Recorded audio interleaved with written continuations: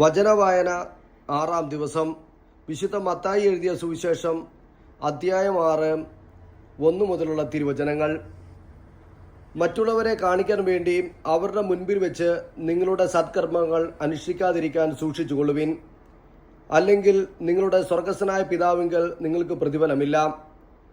മറ്റുള്ളവരിൽ നിന്ന് പ്രശംസ ലഭിക്കാൻ കപടനാട്യക്കാർ സിനഗോഗുകളിലും തെരുവീഥികളിലും ചെയ്യുന്നത് പോലെ നീ ഭിക്ഷ കൊടുക്കുമ്പോൾ നിന്റെ മുമ്പിൽ കാഹളം മുഴക്കരുത്.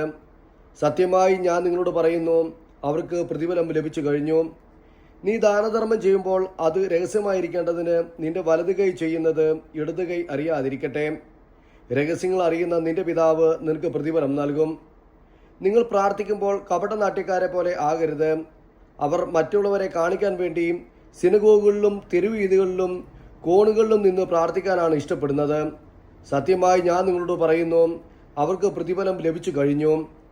എന്നാൽ നീ പ്രാർത്ഥിക്കുമ്പോൾ നിന്റെ മുറിയിൽ കടന്ന് കതകടച്ച് രഹസ്യമായി നിന്റെ പിതാവിനോട് പ്രാർത്ഥിക്കുക. രഹസ്യങ്ങൾ അറിയുന്ന പിതാവ് നിനക്ക് പ്രതിഫലം നൽകും.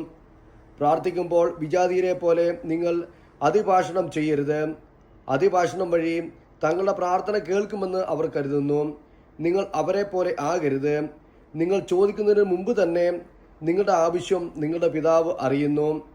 നിങ്ങൾ ഇപ്രകാരം പ്രാർത്ഥിക്കുവിൻ: സ്വർഗസ്ഥനായ ഞങ്ങളുടെ പിതാവേ, അങ്ങയുടെ നാമം പൂജിതമാകണമേ.